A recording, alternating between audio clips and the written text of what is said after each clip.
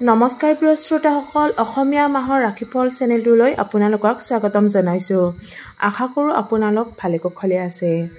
আজি আমি এই ভিডিঅ'টিত বৃষ ৰাশিৰ জাতক জাতিকাসকলৰ অক্টোবৰ মাহটি কেনেদৰে পাৰ হ'ব তাৰ বিষয়ে আলোচনা কৰিম।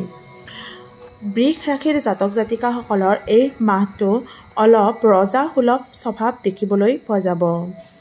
এই মাহটোত তেওঁলোকে অলপ জেদী ধৰণৰ হৈ উঠিব। চাকৰিৰ ক্ষেত্ৰত এই মাহটো ভাল দেখিবলৈ পোৱা নাযায়।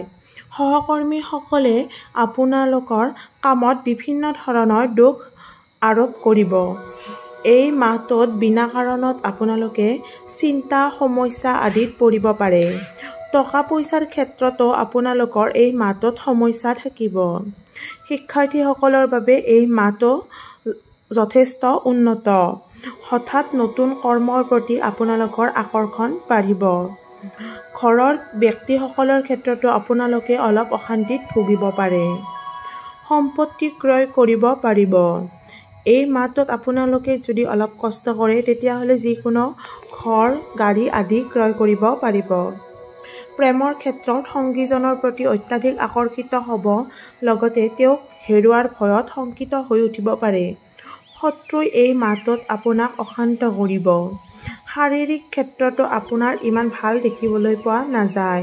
পেটৰ অসুখ আপোনাক অশান্ত কৰিব পাৰে। দাম্পত্যত আপোনালোকে গুৰুত্ব নিদিয়াৰ নিচিনা অনুভৱ হ'ব। আপোনালোকক জীৱনসংগীজনে যেন আওকাণ কৰিছে তেনেকুৱা মনোভাৱ আহিব পাৰে। এই মাহটোত আধ্যাত্মিক দিশত বিশ্বাস কৰিবলৈ আৰম্ভ কৰিব। লগতে বিভিন্ন ধৰণৰ মঠ মন্দিৰ ভ্ৰমণ কৰিবলৈ আৰম্ভ কৰিব।